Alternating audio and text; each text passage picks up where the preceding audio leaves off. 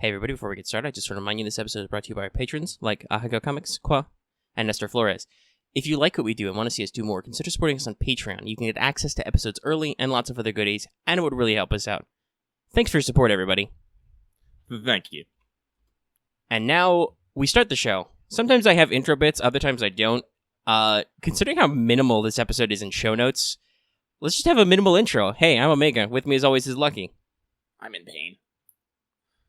Yeah, Lucky's hurting his old man back all of a sudden. Yeah.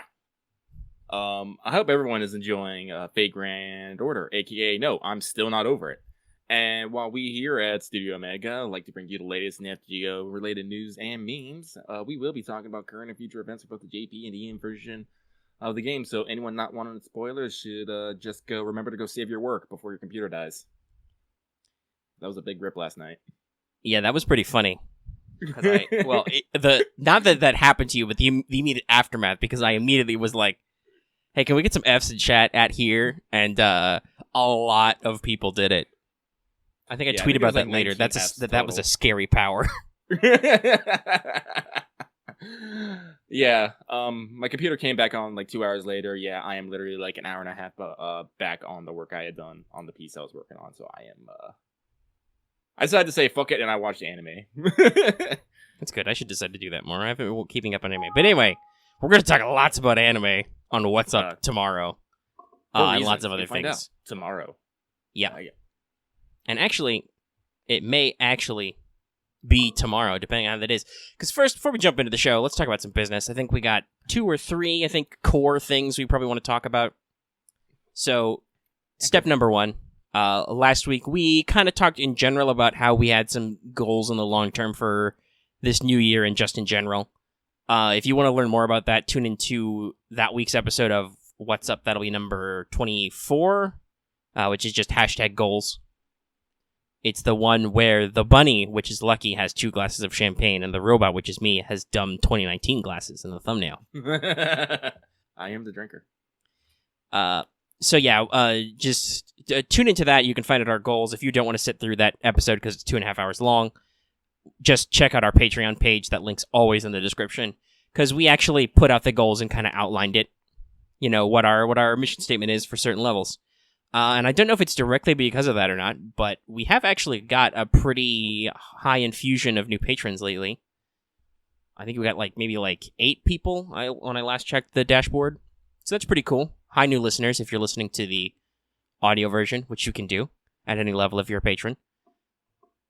That's really helpful, and I think that's actually going to bring back that might soon bring back another old goal, which is we had a goal for patron AMAs where patrons could ask us anything, and we would turn that into a video once a month. Oh, we're still a little bit a ways from the time I intended that to be a goal at about 50 people, but we're starting to get up there. So yeah, maybe sometime soon.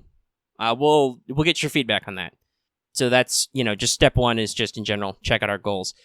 But speaking of stuff we're doing, sorry, I exhaled a little loudly laughing there, but boy howdy, so last episode, number 70, well, we knew it would be big because we put voice in the tag's title and thumbnail, but... Oh, no, Voice also, made a comment on his page, hey, I was in this thing. So I should go check it out. He uses YouTube posts, social posts. We should probably figure out how to do that more, if that actually gets responses or not from people. That's also something we'll probably test. But yeah, holy shit. Once again, huge shout out for Voice, not only for coming on, but also for promoting us. Just because in this world of doing YouTube stuff, he really doesn't have to do that, considering how big he is, but he likes us and likes hanging out with us, so... it's real neato. That episode is currently at 3.7k views. It is blown out of the water. Our previous, it was one of our Camelot episodes, was 2,000-ish views. I can go ahead and double check that now, actually. Quartz Dynamite! Yep. So for the longest time, we on our own merits overtook Voice back and had a couple of top episodes. The previous top... Now our number 2 slot was number 43, Camelot Pregame, a.k.a. It's Only a Model, at 21k views, or 2.1k views. But yeah, 3.7k views. It's amazing. It's great. Thank you so much for... I said this on Twitter, but thank you so much to everyone who saw a 3-hour-long episode of our show and clicked it anyway. Over 3,700 people did that. Our subs have also exploded. We are currently sitting at 1,497 subs, and I said last week that if we hit 1,500, we will do another public episode. So if we get 3 more people between now and tomorrow, we might do another public episode of What's Up. We'll see. Could be fun. We'll see what happens. It'll be entertaining either way. But yeah, so we're real close there, so that's a big milestone. It'll probably have passed by the time you're hearing this publicly, but if it's not, hey, 3 slots. Speaking about hearing publicly, I've been going through the comments of our past few shows because we were asking for feedback on editing and whatnot, and it seems most people generally they say they're kind of indifferent, but I get the vibe that people really don't want the editing. They just want the videos now because everyone listens to us while they're doing something. Yeah, that was the second step about last episode I was going to bring up. Yeah. Which is the general response seemed to be they don't necessarily mind the editing, but mostly they just listen to us in audio, and people would prefer stuff to come out faster. Yeah. So I think what we're going to do is, for the time being, we're going to switch back to lo-fi episodes, and we're going to see how that works. If you preferred the editing, you didn't say anything, so hey, remember, you gotta show up to be heard. So, yep. Lucky can still do me a huge solid by actually doing time codes for the episodes when they come out. Still, because that's a quality of life we are definitely going to continue to pursue, and if Lucky won't do it, then I have to make time to do it myself in there somewhere, just because we really do need to be more consistent about that. Maybe not when we do 3-hour-long tangent fest monster episodes, but in general, yeah. Also, another good suggestion I saw from somebody, I don't remember your name right now, sir, I'm sorry, but you said that we should put an outline in the lo-fi videos. I like that a lot. That's pretty easy to do in a really shitty and cheap way. So we can definitely do that to just let people know in general what's in the show, and then hopefully with time codes you can skip around to what you want to hear if you don't want to hear us talk for an hour straight. Maybe you're in a hurry. That said, though, I don't want to say that editing in episodes is going away forever, because this is not just to make Lucky feel better about himself, though I do that too. But I genuinely like some of the editing quality. I like the bed music. I like transitions and stuff that Lucky has done in the past. I like just Editor Lucky's snarky commentary. So we will bring that back in some form. It just has to be when we know we have the time and the ability to do that in a quick and polished manner, as opposed to sometimes not so much. Maybe when we hit like our part-time goal or something, we'll have to see. Between you and me, my favorite editing ever done was when I threw an image of Nero every time someone said Nero or Umo. Yes, that's another just like little touches like that, little Easter eggs for people watching the video are great, much like the snarky commentary. Also, the other thing is, at some point, this is might be later, but when we get consolidated, but we eventually do want to do video just so you can kind of see the visual element of the show, because we gesture and stuff, make faces, point, talk with our hands occasionally. You can see me clip the mic arm with my hand and make a boing, whatever. So that would definitely add a visual element that is wholly original. You can see me knife head when I get excited. Yeah, so that's a thing that would be actually visual that we would want to add at some point. Just right now, that would... Lucky, do you own a webcam? No. Okay, I own a webcam, but it's a shitty $20 webcam, so no, it's not worth it right now. But that's in the future of hardware upgrades. That's what your views and your Patreon dollars are going for eventually. But yeah, I think that's all the business I wanted to get out there. Once again, thanks everybody for watching the show. Thanks for supporting us on Patreon, all that other stuff. We really do honestly appreciate you so much. Oh my god. Just, holy goddamn. Just, like, to see the contrast, because I just love to do them to give myself something to do all the time, but, like, the comparison of, like, some of our recent videos of, like, doing X-Wing or actual play, they're pretty small. They got a little bit of likes and, like, one comment. And then to look at you guys, like, huge response. So many likes and positive stuff going up. It's not a record breaker, but the Wanted Gramps did pretty good, too. That's great to see. You know, lots of positive, no thumbs down yet. And yeah, and we're going to keep going for heights, because I'm sure that it has astonished me that episode 70 can hit 4K views. But all right, with all that business out of the way, how long did that take? That took like 10 minutes. That was nothing. Yeah. I thought that might be longer. No, you talked real fast. I didn't say anything, so no tangenting. Yeah. I was excited. Okay, I'm going to roll it back. We're going to have a nice, relaxing time. We're going to check in with everybody's favorite Go High Bash. 先輩、起きてください。 That's right, everybody. It's time for Wake the Fuck Up Senpai, our regular segment for pro tips. This is a pretty short one, but it's something that I think has been going back and forth a lot on our Discord lately, so I figured I'd bring it up. Since we have the advantage of clairvoyance, look up what mats are coming out in upcoming events. You may realize you don't have to kill yourself grinding if you wait a few weeks. Yeah, I know I'm like dying for like the cursed gallstones, but aren't they event item in the Valentine's event, if I remember correctly? Yeah, something like that. Also, like, Yeah. I'm currently plume blocked on Kets, but I know that there will be like 10 of them in the Moon Goddess rerun shop coming up, so I'm not concerned. Yeah. Save yourself a little bit of a headache. Because you will be grinding events anyway on some level, if you can. Like, we don't want to speak for you, but in general, the point of the event is to grind it out a little bit, so Oh yeah. you don't have to kill yourself doing, like, London or whatever for pages or, plumes or whatever to, hit those marks all the time, those boring free quests. Those and dailies are for, like, desperation, but if you need quite a few, like all at once, stores are really great for that. And obviously, if you can clean out stores, some of them have a decent inventory of this stuff. All right, well, let's move quickly on into Records from the Throne, our regular achievement topic. Since mine's 2 parts, even though you're lower in the notes, Lucky, why don't you go first? I can do that.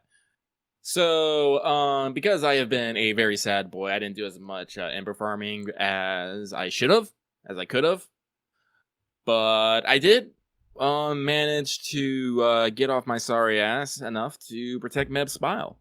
So I got that Lewd Queen up to 90. I'm very happy with that because, single target writers are good.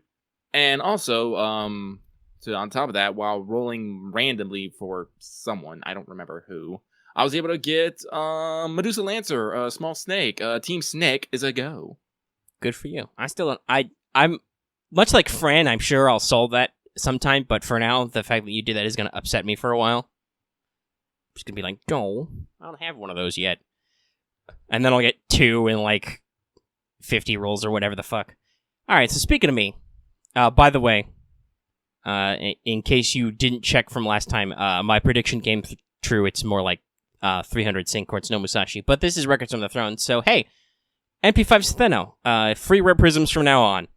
We immediately transition into All the World's Evil, or not All the World's Evil, but damn close. NP5 Stheno, please kill me. Yeah. I don't know. So then it was part of my Team Snake, so I'm not gonna. It's so weird though. Like I've got a couple NP3 4-stars. Like I think, or is Emmy up to NP4 now? I'd have to double check some of that stuff. But like, I'm not exactly rolling in multiple NPs of 4-stars, and yet somehow I have NP5 Stheno. It's just so weird how the RNG works out from that. Like, it feels like she shows up a lot, and that happens for other people, too. But we'll see. Also, I just realized I'm, like, really loud. Hold on. Let me relax my mic away from my face a little bit. We'll catch at some of that in editing, but if it normalizes too much, then sometimes Lucky gets really quiet. The joys of audio editing. All right, so I stepped back from my microphone a little bit. That's all our intro stuff. I suppose we should trade back and forth on news. Or do you want to just do all the news? I can do all the news. Okay, because I've been talking for like 15 minutes straight, so. Yeah.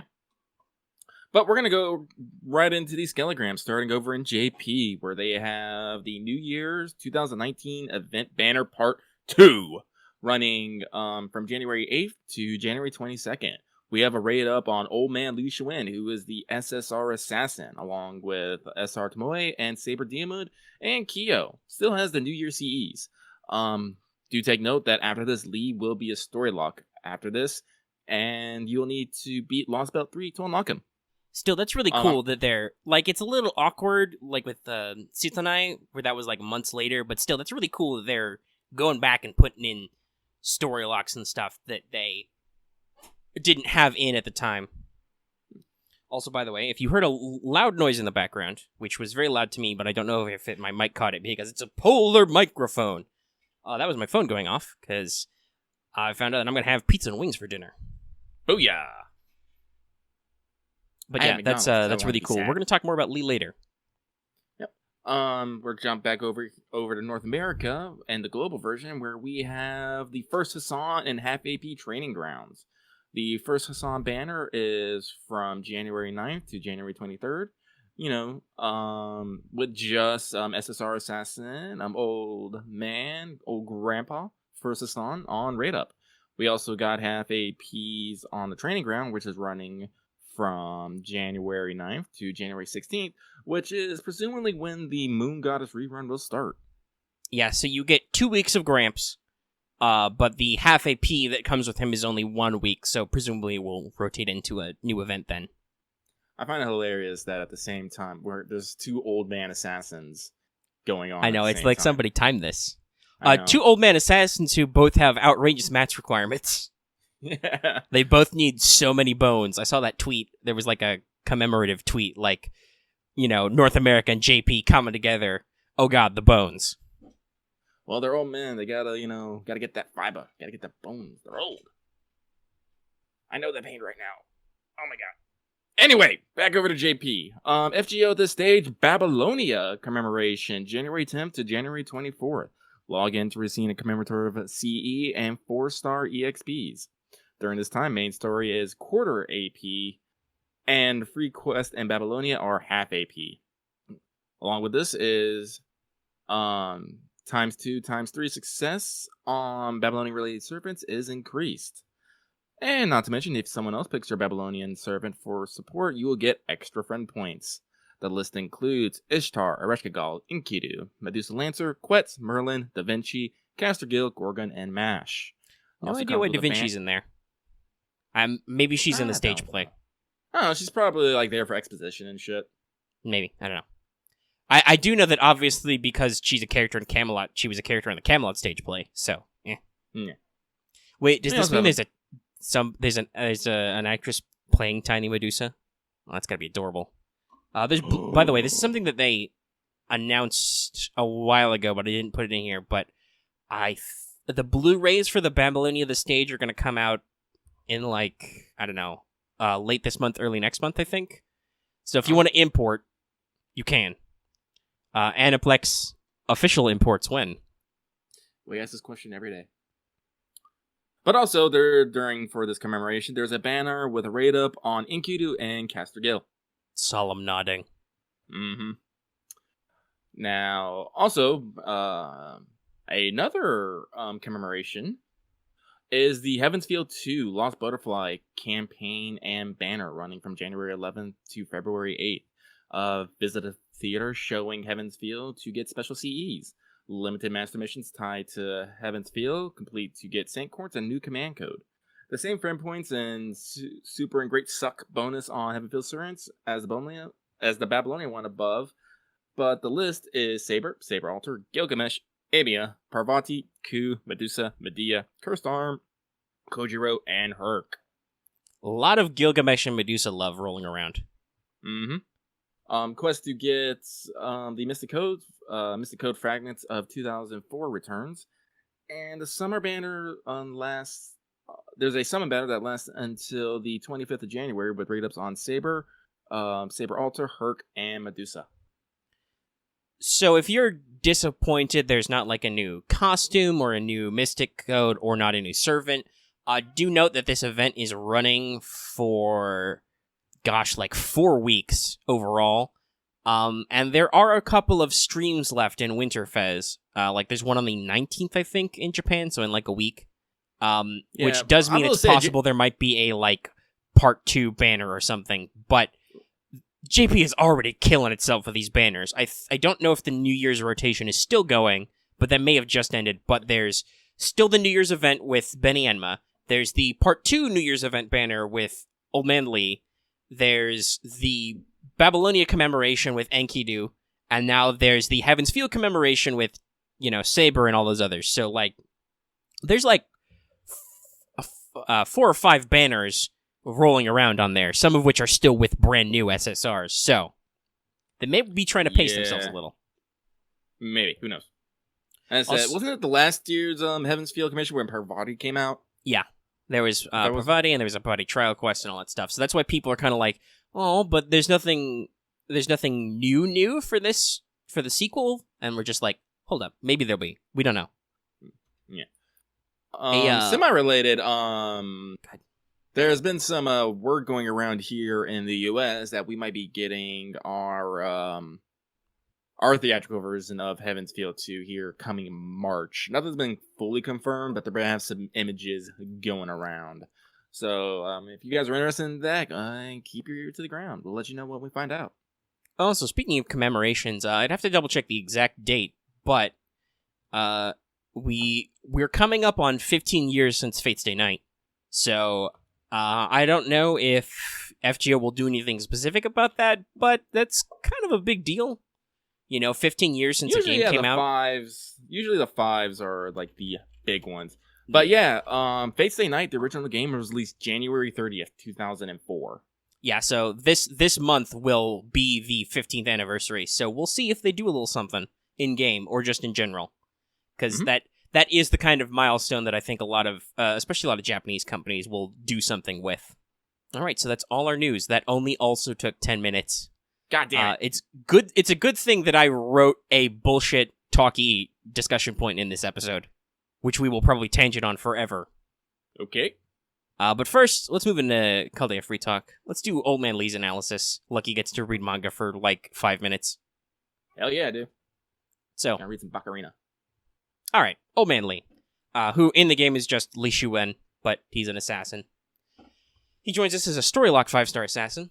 His core stats are a bit low, befitting an old guy. His HP is the lowest for 5-star assassins, and his attack is still in the lower half. So his core stats are a little underwhelming, but I think his skills make up for this, and some of his other stuff. So he has a pretty standard star gen for an assassin, about 25%. Like Jack and King Hassan have a bit more, but it's like fractional percentages. He's got a very robust NP gain for being QAABB, with 2 hits arts and 4 hit quick cards. A lot of people have compared his NP gain to Cleo, only he has extra arts cards, and Cleo already has, considering her buster or slight buster focus, has a pretty robust NP gain. So on like AQA or AAQ or however you want to do, you can get some decent NP gen out of this guy. And he has his inherent arts buff, but the corresponding star buff isn't as good as some other hitters in Assassins. We'll come back to that. His NP, though, is a single target art, so you can make arts chains. And it has a robust chance for instant death, 100%. That doesn't change ever. It's always 100% flat. And then he has an overcharge-based defense reduction for the target, which applies, first. That's pretty scary. Which starts at 20% and goes up to 40% at maximum overcharge. For 3 turns. So it's a pretty good power move. A pretty good, solid, I'm going to hit a boss. And rider bosses are not uncommon in this story. His skill set can basically be described as Lancer Lee's, but better, as befits him being the older version of that character. Chinese martial arts, Baji Quan, which I believe is the 8 Extremities Fist. Gives him up to 100% critical damage plus for 1 turn, and gives him Pierce Invincible. This is the thing that as a story boss in Lost Belt 3, he was super annoying about. Because he would basically supercharge his crit damage and also pierce all your defenses, get wrecked to everyone. Sphere Boundary. Sphere Boundary Extended is his 1 turn evade, which greatly boosts his star absorb and gives him up to 15 critical stars instantly. Guess what that's for. And then lastly, his Yin Yang ability gives him the combo of 30% up to 30% attack for 1 turn, and up to 20% for 3 turns. So on 1 turn it's 50%, and then the next 2 it's plus 20%. As well as 1 turn of complete debuff immunity. And then the veteran passive we mentioned earlier is 8% arts and star gen. So it's kind of like a 50-50 on whether or not your assassin will have a better or worse star generation than him. So while he's a powerful attacker with lots of power in his actions, he suffers some of the same effects as a regular Li Lancer. Most of his skill effects are one turn, so you end up kind of doing this thing where you pop all 3 skills at once, and then they're all one turn, so it's one and done, and then you have to wait to fire them off again. His first skill is minimum cooldown 5, and the other 2 are 6. So you can have kind of like that long fire duty cycle there. Also, his skills are a bit selfish, and not quite the cavalcade of stars that you do from Jack, but he's pretty effective at killing targets. Put him with someone to support him, and it'll round out his effectiveness. Because he's arts-focused, Tama is a natural companion with her arts buff, her NP damage buff, I should say, and her ability to both team NP gain and reduce skill cooldowns with her NP. It's a pretty good combo. The only risk is that you're probably bringing Old Man Li versus Riders, and if they start bullying Tama, well, that's really bad, guys. Otherwise, yeah, he's pretty strong. If you... Future casting, if you're an NA player, if you are one of those people who have, say, already got Jack, or you just got lucky with First Hassan banner, you don't really need Old Man Li. But if you prefer an art style play, or you have the setup for an arts comp and you don't have any assassins that are 5-star and single target, he'll make a decent addition. Also, he is the first ever single target arts 5-star assassin, and the second 5-star assassin who has an arts NP at all. The other one being Shuten with her AoE. Yes, Lucky, as you said, we both have Jack, so Jack's an interesting creature to use because she just makes so many stars. Oh my god. You literally have more stars than you know what to do with, which is good for her and good for your team. I do not think that Old Man Li will be doing that as much, but he can arts crit, which is fun. And that's what we got. So, I'm so glad I added this because we're at like 30 minutes, but I have a dumb topic I wanted to bring up, but it sounds like you have something else to bring up. Well, yeah, because me and you have played Extella, and Li was an assassin in that one, but not Old Man Li. It was just like, it was literally, they just decided to say, it's like literally they say, all right, Li, give me your lance, you are now assassin, go punch. And he was like, cool. So do you think there's like still there's a chance they'll do like an SR Lancer Li Shuwen? You mean like an SR assassin? I don't think so, because this version has the age and experience of Li, and then also his assassin type abilities. So I don't think so. Also, it's super interesting. He's got Wada Arco's art still too, which is really cool. Oh no, trust me, I saw the art for Old Man Li. I was like, oh man, this is badass Gramps. Yeah, he's pretty cool. He's a cool dude. But yeah, no, I don't think they'll do another version. Like, maybe they could do like a costume so he could be young again, maybe, and change his sprite. But yeah, I don't think they're gonna go to the extent to release a third Li Shuwen who's just the younger look but an assassin. Yeah. Now I need stories of Gramps and Old Man Li being old together, yelling at people to get off their lawn and shit. Add Moriarty in there too. Punching people off his lawn. Yeah. Stuff like that. Need Dirty Harry on this shit. He seems kind of Dirty Harry. We'll see. There's a lot of cool old dudes in FGO, shockingly. Yeah. No, we need cool old dudes. Yeah, you need cool everybody. Mm-hmm. Which does remind me, though, that I have to double check. When does the actual New Year's event end? It's okay, so Daily Report ends in 3 days. So, that means there's still like 3-ish weeks left in January. They'll have to fill with something, hopefully a rerun. Prisma should be the next collab rerun, everybody. If you're playing JP, be excited. But New Servant Hope. Then after that, it's February, which means Valentine's and possible Valentine's reruns. And definitely banners, which are new. So, that'll be fun. Might finally... Oh, shit. We'll probably get a fucking Semiramis rerun. Oh, yeah, you'll definitely get a Semiramis rerun. Oh, shit. People are probably hyped for that. But there should also still be a new character, too, which will be wallet devastating. Oh, yeah. We'll see. And also, a lot of people are hoping that they don't take forever to get to the next Lost Belt either. Because it's going to be a busy year otherwise. Oh yeah. But okay, let's like I said.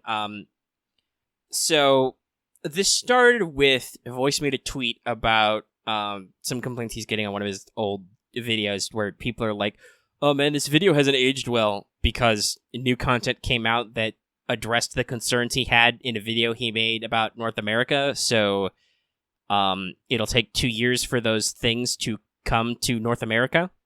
So people are being dumb. Yes, people are being very dumb. It's very simple, but obviously I got in there and I agreed with him. It's like, the way I said this was, oh yeah, buffs to the unit and archetype-wide support that came out after you made this video mean the video hasn't aged well. And then I said, it's people, you gotta remember, we're not actually future seers, okay? We definitely cannot predict what future content for JP is. It's just for NA, we can look forward ahead. And yes, eventually, at about our first anniversary mark, you can look ahead in the future, a little bit after, because our anniversaries are like about a month apart. But after that, you could look in the future and say, oh, Scotty's coming out. Quick's going to be good in 2 years. Prison Tower for North America was still released months ahead of that point when you had that foreknowledge in NA. So Dantes was still pretty bad, guys. He's fun, but he had flaws in terms of unit makeup that were very obviously corrected with Jean Alter.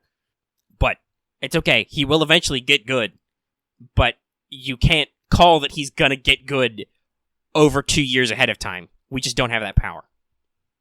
But somebody joked that somebody in the replies to Voice joked that we should get, watch out for purple cards, which will be everything in the future. And I was immediately like, no. Hybrid cards. Purple is Arts plus Buster.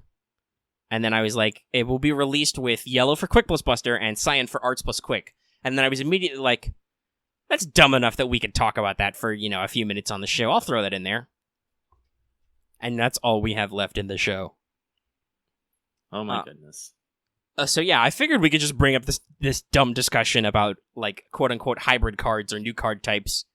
I also wanted to try and name the cards, but I didn't have enough time. I don't know. Let's see. For an Arts plus Busters, for Magic plus fucking, I don't know. Arts plus Buster, I would call Force. Yeah, I can see that. Force cards. They're purple. That's cool. Yep. Let's see. Arts plus Quick, Style. Nice. Let's see. In Quick plus, Quick plus Buster. See, we got Force, Style, and trying to think here. It's like, don't mind the dead air. Lucky's doing the thinking thing. Yeah. If there's any dead air left, because editing. Oh yeah, huh? We do try and shorten some of these. There's probably some pregnant pauses in there, but it'll snip a little bit out of there. I wanted to make I kept trying to figure out if Sharp would work, but I wasn't sure which card type that would work best for. But Quick and Power could be Sharp. Force, Style, and Sharp. Yes, yeah, I can go with that. I can't think of anything better, so I can't refute it. Let us know in the comments what your dumb hybrid card type name. So, but as a hypothetical discussion, which we've had before, in the past, we've had hypothetical, wouldn't that be cool if discussions. So I wanted to talk about this idea. Like, obviously, I'm pretty sure the game can't necessarily introduce new card colors, just because there's 3 years of backlog. Well, I mean, a complete game rebalance, like literally. Yeah, that'd be something for FGO 2. Yeah, a theoretical new app where you could shuffle around cards and stuff. But as just a funny concept, it's fun to talk about. Like some people have joked about extra card support, because there's Quick, Arts, Buster. Where's our extra support? Which honestly, that could probably be a thing as like a single servant's not their primary niche, but definitely a bonus effect they could have to improve the team's extra attack effectiveness. Because, I mean, extras are a thing, and they do have their own card properties. They're usually really good because they require a very specific setup, but I could totally see... I can see that more as a command code. Yeah, a command code... Well, honestly. Actually, I don't know if you could do that, because you attach command codes to individual cards. Yeah, I know. So if you attach 3 extra attacks, +5 to a certain 3 cards, when you use them, guess what? You have extra attack +15 there. Oh, okay. So, yeah, I could see that. That could be an interesting thing. A CE effect could also probably do that. Mhm. Increase your extra card effectiveness by like a little bit. But it, like I said, it could definitely be Like, a narrow servant niche. Not their whole trick they do, but like a extra trick they have. But I don't know. You know something that always bugged me about extra attack is you can't get crits on it, like no matter what. Yeah. That's something I would like to see. Something that lets you crit on your. yeah, on it's because your, it's the card. It's because the card doesn't exist until you make the chain, so it Well, what can't if you, have like- star weight. Yeah, but you know what'd be cool? Like if you could if you had I don't know, like a skill or a CE that like if you generate like so many stars while you're attacking, they go automatically to the extra attack. I don't know. That seems complicated. Yeah, I don't know. I mean, that would I guess have to delve into how the exact mechanics of extra attack are like calculated. Usually, your extras are pretty strong because they gain like they have pretty good of the modifiers that Arts, Quick, and Buster do anyway, and then they have really good hit counts. Usually, Honestly, I look at extra and I'm pretty sure I look at these. I'm pretty sure like extra attack is just because the animator's like I want to make an extra cool attack and just put Possible. it in there. I mean, just looking at like Tomo Cat's new extra attack. Excuse me. Someone's all like, "No, I'm just gonna have fun with this."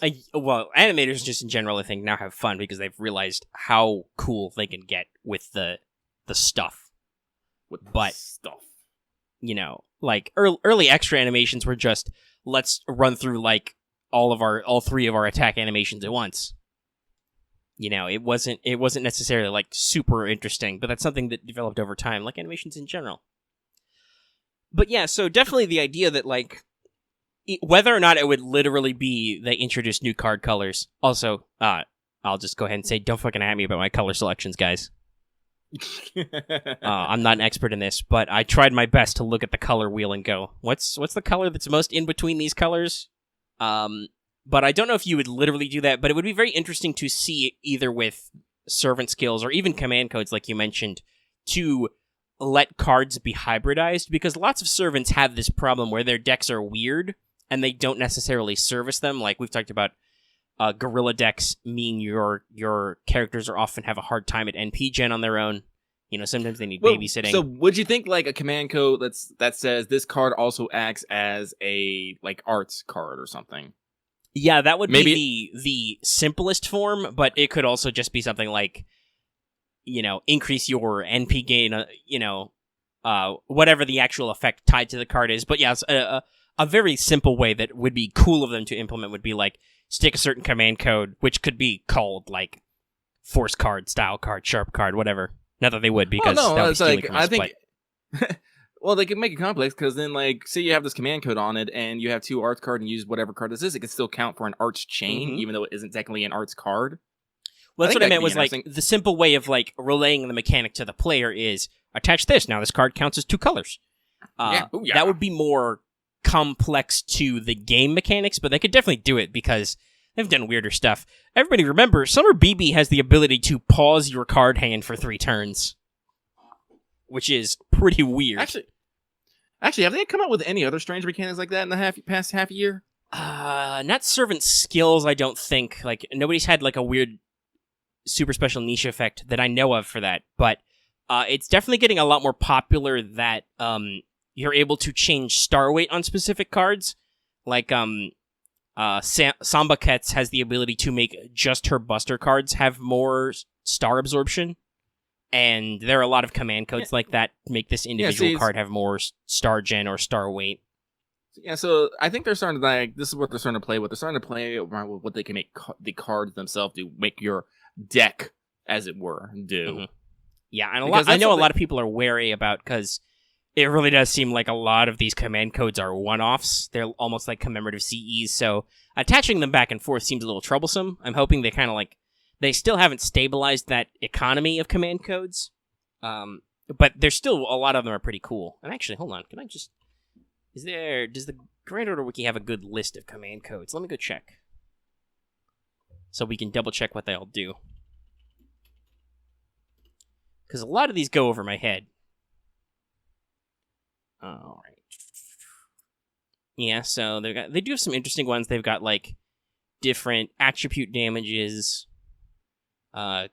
cure negative status effects on use. Ooh, that's a fun one. The 15 million downloads Hunter of Love gives a single card sure hit on use. That's kind of funny. And another common one seems to be removing certain buffs from the enemy on use. But yeah, no, that looks kind of fun. Oh wow, they are getting ambitious with this. I looked up what the 3 from the latest Christmas event were. Mm-hmm. So the 3-star one is the engraved card removes 1 defensive effect from the enemy on use, so it strips away their defense buffs or maybe their evades and stuff. The 4-star is the engraved card has plus 1,000 damage. That's pretty solid. And the 5-star is just engraved card generates 4 critical stars upon use, which, while not high, is still pretty good for some servants. That's what we were talking about, like massaging the servant's deck. Yeah. So yeah, no, definitely it could be interesting to apply command codes to let cards count as the other type of cards. I am sure many servants would benefit from the ability to go like, oh, one of my Buster cards is now an arts card. I have actual NP gain-ish. If only because it lets me do more chains and it lets me generate NP better. Though most Buster cards don't have a lot of hits, so it would still be balanced, right? Whatever. Every little bit helps. Like, honestly, like because there are definitely some servants out there whose deck are not the most optimal for what they try to do, I would say. And some of them are like the game obviously has its own little like pattern and stuff. Like Emiya the Archer has a caster deck for obvious reasons, but that also kind of hurt him for a long time because he has a Buster NP that he can't chain into and stuff, and it's like, is this the most effective way to do this? And then, even though Sieg is a caster, he has a Saber-style deck with only 2 arts cards, but 2 extra Buster cards, which is a little weird as a caster, with a negative damage modifier. There's a couple other instances like that where characters are, dipping into a little classes. And like we said before, gorillas of all kinds are weird outside of berserkers. That can be kind of weird in berserkers. Yeah, I mean, like berserkers, it at least can make logical sense that they're just do more damage. Some of the servants like Lancelot and Cat who have quick NPs, it doesn't synergize as well as it could, but yeah, that's what I'm talking it about. still works because they're still theoretically. Oh, and God, especially with Lancelot now, it's like you use his NP to generate a shitload of hits, and then on the next turn, he can suck up all those stars and turn them into Buster crits. If he lasts that long. Well, ideally, your first pop is like, the wave is gone. Yeah. Just K-scope into Knight of Owner. All those guys got blown up by a flying jet, so we're gonna slurp up all those stars, and we're gonna super buff our crit damage and our NP gain, and we're just gonna go to town. Buff his star gen before you drop his NP. It's crazy. Lancelot Berserker is a really good unit. That he was already a really good unit. The addition of Scotty for quick support only just makes him crazy good. Yeah, like the ability to get, especially for older servants, the ability to get more, like star gen if you turned a card into a quick card also would be great. And underperforming servants could get some extra hits with the Buster enhancement. Obviously, I'm sure there's a lot of balance concerns here. Oh, be a great command code? What's up? Fucking if when a servant attacks, their hit counts as 2 hits for purposes of MP gen and crit star gain. Ooh, actually, yeah, doubling your hit count, that would be cool. Yeah. That's only Musashi's special ability right now. Like, no other servant has done that trick in any form. I'm not saying just straight up double damage, but I mean, increase MP gain and increase your fucking crit star gain. Well, actually, here's the thing about hit counts is if you actually technically counted the hits as higher, they would do less damage per hit, but the same damage overall, because that's how hit count works for damage. Yeah. So it would not necessarily inherently affect the damage, but boy howdy. The ability to take your, if you've got, a 1 or 2 hits arts card and just go, we're just going to make that 2 or 4 hits, that'd be real handy for a lot of servants. Or even just +1 hit count, counts as an additional hit. That'd be great. That could probably be, a 3-star command code. That'd be super useful. Because I'm double-checking. Most of them are, All the ones that are in the FP summon are like 5% trait damage. Like there's one for humanoid, wild beast, undead, demonic, and divine. Some of them are healing. You can get like, 100 or 200 heals back per hit. There are others that are cards have slightly better star gather, star drop, or critical damage, which is also fun. I do feel it's great that the game is like playing around with lots of star chance and stuff. There are ones which buff or buff you, debuff enemies, or remove buffs or debuffs, which are pretty cool. And then there's some just damage plus ones. And actually, I'd have to check because the wiki hasn't updated for what the new one does. Because there's one coming out with the Heaven's Field that we talked about earlier. Let me go look up what that does really quick. While Lucky wildly speculates on more command code types. Because command codes is a really still underutilized. Like I'm looking at this list. There's only 25 now command codes which have been introduced since the 3rd anniversary, like half a year ago. They've only added 25. And only of, let's see, 1, 2, 3, 4, 5, 6, like 10 of them are in the friend point summon. Yeah, only 10 of them are permanent. That's so weird. Like personally, I don't like that. No, yeah, I don't. That's like I said. That's more... why I've said people have always said they're very cautious about using them because you only get one copy of some of these effects, and you're probably not getting a copy unless an event gets a rerun, and it's like super weird. This hurts me. Like I don't know, maybe they'll like open up like a command code gotcha. I don't know when they get it. That'd be interesting. Oh, well, the friend point summon's been getting more and more interesting because not only are there command codes in there, but also now they've added like 4 and 5-star EXPs in there, which is really cool. So you should have a decent. But that's the thing, when you add like that many things, that just means the chance of getting a specific thing just goes down. True, and command codes are not necessarily super common, but still, it's. I can guess you could say that a smaller pool means you can actually get some of them, the 1 and 2-star ones, with a regularity. And everybody, I think, is happy that they have not added like 3, 4, and 5-star command codes to the actual quartz gacha. Oh yeah, that would probably, even if they were good, that would probably upset people. Oh yeah, that's more fucking with your odds. Yeah, that's more. Considering the game already, we have said the game already has a bad drop rate. I am seriously expecting that either in million downloads, because there should be the 16 million coming up in a month or two somewhere.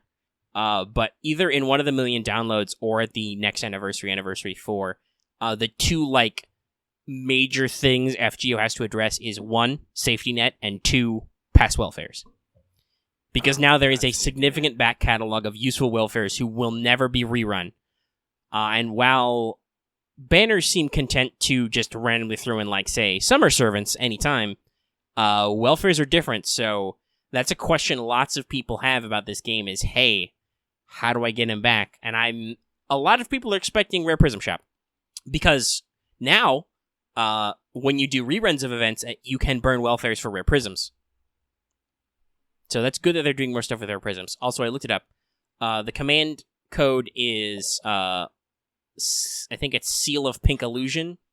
Oh. The card inscribed, it's a 3-star command code. The card inscribed will remove 1 enemy attack buff and heal 100 HP when used. Oh, that's pretty good. So yeah, now that's only on a specific card, which is always the complex thing about these, but still, that's pretty fun and cool. Yeah, but speaking of Rare Prisms, I've always said, like, I said this, like I wouldn't say pretty early on, but, like, it was around the fucking, 3rd anniversary. I think like instead of like the best like idea for a safety net is just have the unregistered spirit origins just cost 3 rare prisons a pop. Like honestly, I think that'd be like we've talked about that before, and we were mocked and scoffed at, laughed away. And now people are like, No, honestly, I've heard lately from a couple of different people that they'd actually really think that system would really work. Because in case you don't know, so unregistered spirit origins, or in Japanese, blank Saint Graphs, they're the only thing remotely resembling a safety net that FGO has. Unlike other games like Fire Emblem Heroes, which has its own problems, seriously, one of these days I'm just going to be like, yo, guys, get in voice chat. I'm literally going to record you yell about Fire Emblem Heroes. Our community gets spicy about it sometimes, and it's just so fun to watch. Sometimes. It's like every other day, like... Basically every night, yeah. Someone's like, they're complaining about Fire Emblem, and they keep playing. I'm like, I don't understand. Is this a love-hate relationship? Very much it's so. It's a love-hate relationship. Yeah. But they do a thing where your odds of getting a higher rarity go up slightly every time you fail to get one. I don't know what the exact corresponding is, but yeah. You'll eventually get a 5-star guaranteed if you miss out long enough. And what was Grand Blue's safety net system? Was it a similar thing where you slowly build up points to pick one? After basically what happens is it's not as good as Fire Emblem Heroes. But basically what happens is when you do any sort of poll, you get a gym, and if you get I can't remember if it's 100 or 300 of them, you can just pick whatever the fuck you want. You can pick whatever the fuck you want. But the thing is that number gets reset every so often. Yeah. So you have to do it in that. So what people will do is they'll literally save up all their gems so they can get that 300, get whatever the fuck they want, and then, just pick what they want. But, it's still a way that they can have a, grab something specific. So in FGO, when you need 10 blank Saint Graphs to get any 5-star that is currently available from DaVinci Shop. This is all permanents, all story locks, and any limited that happen to be running at that time. You need 10. You only obtain blank Saint Graphs when you get a extra copy of a 5-star past NP5. So you get 2, actually, I believe. I'll double check. I think you get 1 automatically when you roll your 6th SSR, and then also if you burn them, you get 1. But I'll double check. I don't know. As I said, I'm at MP3 with several a few SSRs, so I can't tell you. I can't double check it. I'd have to look it up. But let me see still, here. even if that's 2 per excess SSR, that means you have to roll 5 extra SSRs, of which you have already rolled 5 copies to get whatever SSR you want. So it's not a really good system. It's only good for, large whales spending large amounts of money on a singular banner, like the people who go out of their way to NP5 servants on raid ups and stuff like that. Which I don't know if I've actually seen any of those in my friends list. I've seen people who have every, new SSR right away at NP1. I know some people who got lucky or did spend a little bit of money to get NP2 or 3. And there's people like the literal lucky who have NP 2 or 3 just because they're cursed with horrible fortune. Yeah, I have NP3 level 1 Artoria. Go me. The curse of too much luck and too much money. But and I don't see a lot of NP5 5-stars lurking around. And then you have to get past that, and you have to get past that 5 times. So, and that's assuming you do actually get 2, which I've been told. If you only get 1 per, then that's 10 times, which is even more redonkulous. So yeah, it's not a very good system. And obviously you can be like, but then they'll lose all their money because you could just get 10 and then wait until whatever banner comes and get them. And then, yes, that's just what Lucky described them doing for Grand Blue Fantasy. Now, I'll admit, having just seen those numbers, by the way, I should put this in news, but there's some reports have come out. FGO is number 2 of all-time profit last year in apps, making $120 billion, I believe. But Grand Blue Fantasy is number 6, but you're still at the number 2 slot, guys. You're making loads of money. Honestly, no, it's not gonna frickin' kill profits, because in order to get those rare prisms, right, you still have to fucking roll. Yeah, you'd have to roll 5 stars and burn them, because you get 3 rare prisms for 1 5-star burn, and you get 1 rare prism for each 4-star burn. Yeah. So unless you are super dedicated to getting a specific servant, no, people aren't gonna burn things necessarily. They're gonna have to wait till they start getting 5-star level 5 Noble Phantasm SRs. Mhm. Then they start burning those for 1 a pop. They get 3 of the. Once they burn 3 of those, then they can buy that. So they have to burn 30 SRs that they probably had to spend money on quartz to get. Like, no, honestly, like it's on like it's what I'm gonna pat myself on the back here. I'll phrase it this way. Just because it sounds more possible than the previous way does not mean it is still something you can accomplish in a reasonable amount of time. Yeah, it's a safety net. Now I'll admit, like, I don't spend a lot of money rolling, but I have spent some money on this. I'm probably some kind of small dolphin by now. But I've been playing since launch day. I have exactly 1 SR at NP5, and I owned one mana prism or 1 rare prism until I spent it to unlock Mona Lisa again. Which, by the way, is another point about the rare prism things. Sometimes you also have to spend rare prisms to unlock other shit. So it's not a perfect 1-to-1 economy, but it would be a slightly more possible economy than the current system. And the current system is something that players have been complaining about for a long time. Because it's, like we've said, it's just not very user-friendly. It's not even that friendly to whales, it's just they're the only people with a godly possible chance to actually get this. So yes, we would love for a refreshment of this system to be more useful to people.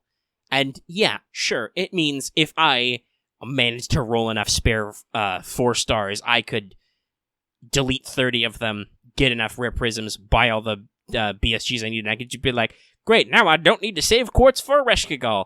That means I would spend my quartz on something else. Like, it's not like I'd roll less per se, I would roll differently. And the same for JP, because, like just now, the New Year's event, it started with a brand new SSR Saber, who's really cute and adorable and everybody wants her, Benny Enma, and then a week later, oh hey, Old Man Lee showed up. Sure, he's a story lock, but he's on Raid Up right now, and he's a really cool dude that you really anticipated from that story event a couple months ago. Also, we're having other banners on popular 5 stars that people like. Sure, they're permanent, but hey, Raid Ups are cool. Guess what? And you never know what's going to come out next. Or the really good rotating Raid Up of a lot of limited 5 stars over New Year's, like Sigurd, Summer Nero, Cleo. And the way the BSG selection works is you can pick any of those limiteds who are available now, but that's still only 1 copy of 1 servant, right? So there's... also X, one of our patrons, brought up a really great point. People still need event CEs. That is very common. People will roll on an event to get the CEs they need to function in the event. So people will still roll on stuff even if they can guarantee the SSR. Also, that doesn't help you at all if you want SRs, which people do actually want SRs. They're quite popular sometimes.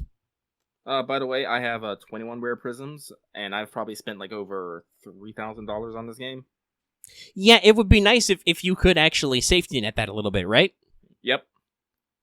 Because let me see here. By our system, I would not have any BSGs this way yet. Like I said, I literally have 1 rare prism, which I preemptively burned to Setheno, and then I stopped because I was like, oh, well, her NP will do something eventually, and now I'm NP5, so it didn't even matter.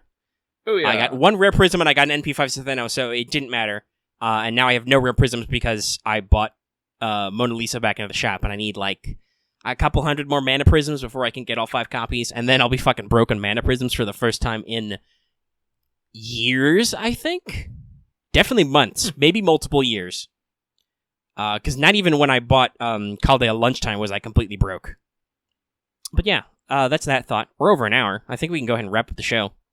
Yeah!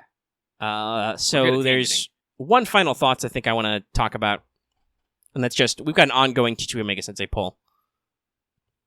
There's still a couple days left in it. Currently, only 5 out of like 10 people who can vote have listened to it. So if you're a patron and you haven't voted, you can find that in the BTS tag on our Patreon.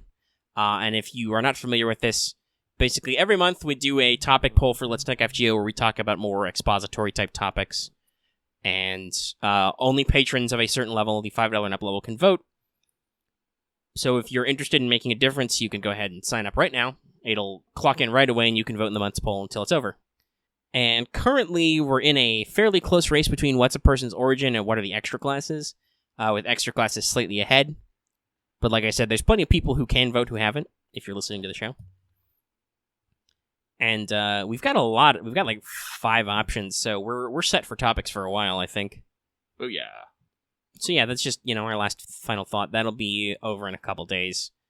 Usually I set it to be about like depending on the actual day of the week it is, like the 15th or 16th that it closes. So about halfway through the month.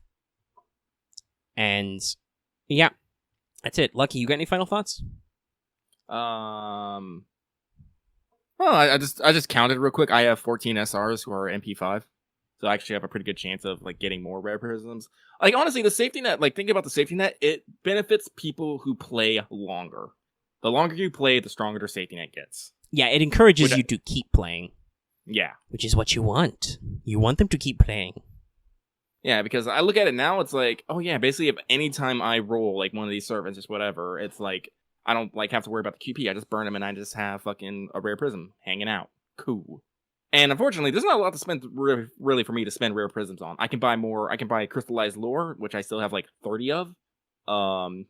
And yeah, having crystallized lore is great, but having QP for to use that crystallized lore is even fucking better. Yeah, and it's harder. Yeah. So I'm in no rush to get that. I can get friend points. I still like my friend's summons is still 999 plus. Yeah, so I spent 100k friend points to get one copy of the Peacefulness of 2018, the New Year CE with Roman in it, because I was like, I want this. Give me CE. I still have like gotcha? It might have passed because it's on the on the last rate up. I missed it. I cry. But I still have 300k friend point that I'm not spending on anything because I don't need to. I'm pretty sure I have every 3-star who's available in the friend point gacha. I got like 1 or 2 guys whose NP5 is eluding me. They're only in like NP4, but I'm not in a rush. I have Angra, so it's not like I can need a roll for that guy. So I'll just save for the next time an event banner comes up that I want something special. Which, by the way, last final pro tip, in case people forgot this, but even though it's a permanent CE, the Mooncell Automata CE, which is available in the FP Gacha, is a bonus CE for Moon Goddess. So if you have any spare copies lying around, don't burn them, don't squish them together. Hold on, because they'll boost drops. Boost drops. And we'll see whenever the heck Moon Goddess is actually announced. But alright, I think that's like right now, the only 3 things I can buy in the Rare Prism shop is Nightless Rose, Crystallized Lore, and Friend Points. Like, excuse me. Yeah, the Rare Prism shop gets more robust as time goes on, but it's still a little underutilized. Yeah. The Tale of FGO. We have all these systems. They're a little underutilized. Like, honestly, if you want to put a limit on it, just make it so that, like, you can only get, like... Because a lot of the times, the items in there usually can have, like, a limit. Just put in, like, you can only get so many of the unregistered spirit cores in, like, so much time, and you can... Yeah, like, only, like, half of them in a month. So you can't, like, stockpile rare prisms and buy them all of a sudden when a new banner comes out. You have to actually spend them at regular points and save the actual USOs. Like, honestly, I completely can see someone actually just spending money just so they can get rare prisms so they can like eventually buy something. Yeah, because honestly, it's the Amazon gift card question. It's the I could spend money to get something specific, or I could spend money to get basically currency that I can spend to get something I want whenever that comes up. Yeah. But all right, idea. Let's go ahead and wind the show down. I think we don't have any other closing thoughts. We have no idea what next week's show will be about, but it'll be a thing, and it'll probably be. It may or may not be public. We don't know yet. It probably will be because I said that's what we do for 1500. So we might do like a What's Up Public this week, and then Let's Talk FGO Public next week. We'll let you know. We'll tune in on Twitter to find out more. So, everybody, if you like this episode, give it a like. If you have any comments on any of the stuff we said, if you want to yell at us about how our rare prism for unregistered Spirit Origins plan will bring about the end of FGO, leave those in the comment section down below. I might cry, though. I'm just saying that right now. That's okay. If they make you cry, you can delete them. Yeah! And of course, you can also join our Discord. That link is in the description. Sorry about that. I got a little Tyranny! lost my train of thought. There's lots of tyranny in the Discord. We can change nicknames, in case you forgot. And, of course, if you're new here and have not already, please subscribe to always get our latest videos. And even if you already subscribed, don't forget that bell for notifications, so you always know when we post a new video. We're going to try and be more timely about Let's Talk FGOs and stuff, but still, chaos happens. Chaos. It's kind of our watchword. Stuff happens. Life happens. It does indeed. And of course, like it says at the front of the episode and several other times throughout the episode, consider supporting us on Patreon. You will be able to get access to episodes early. For as little as $1 a month, you can get the audio version, and that will still be like right away as soon as I'm done recording it and editing it together. And it also really helps us out. And if you want to know how it helps us out, actually look on our Patreon. You can check out what our long-term goals are now. One of them is Bards in it with Lucky. Yes, which people are super excited about. That was a tweet response I actually got when I clipped that out. Somebody was like, God, I wish I could donate the 300 something or whatever would be the difference between our current level and that goal just to get that show. What? And he said he wished he could do that all at once. So yeah, no, people are excited. I am scared. Drive that excitement train. Power Lucky's fear boner. Yeah, I guess that's everything. This has been Let's Talk FGO, the favoriteest show on the internet to talk about FGO. I don't know. Well, oh, actually, we should reiterate, because we talked about having voice on last week, but once again, we talked about it a little bit, but hey, if you're an FGO YouTuber and you actually watch our show, shocking, I know, and you ever want to come on, drop us a line.